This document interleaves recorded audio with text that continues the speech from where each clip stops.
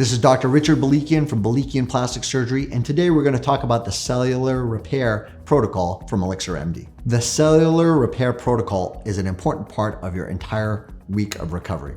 So not only will you have it in the recovery room, but the next day when we see you in the office, we're going to take your dressing off, we're going to clean you up, you're going to feel relief right away, and immediately you're going to have your second treatment with the cellular repair. Again, calming, warm, increasing the lymphatic drainage, decreasing swelling and bruising. We're gonna see you on day 1 after surgery and do that. We're gonna see you on day 3, check in on you, make sure things are looking good, and do another treatment. You're gonna have it on day 5 and day 7 when the stitches come out.